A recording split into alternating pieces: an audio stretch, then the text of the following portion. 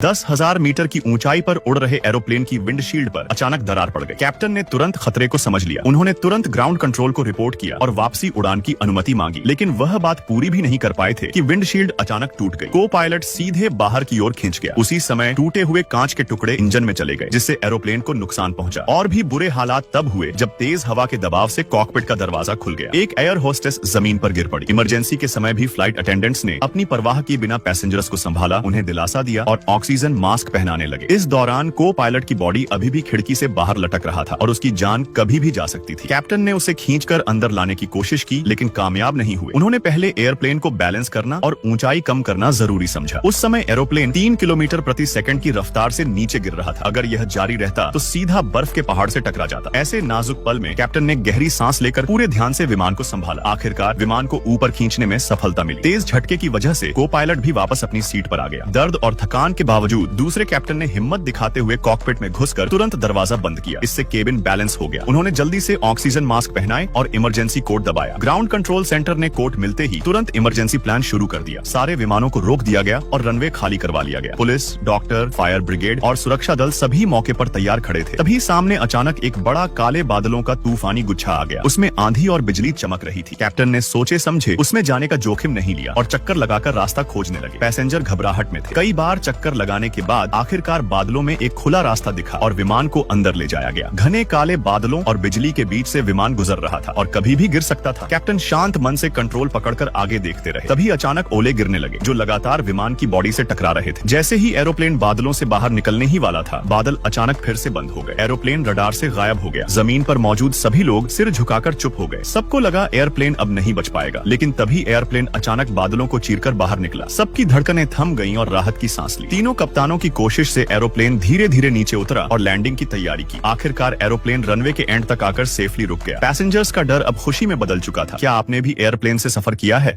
और फिर video like करने पर पार्ट 2 मिल जाएगा। और अगर फुल मूवी देखनी है तो कमेंट वाला ऐप डाउनलोड कर लो और पिन वीडियो देख लो।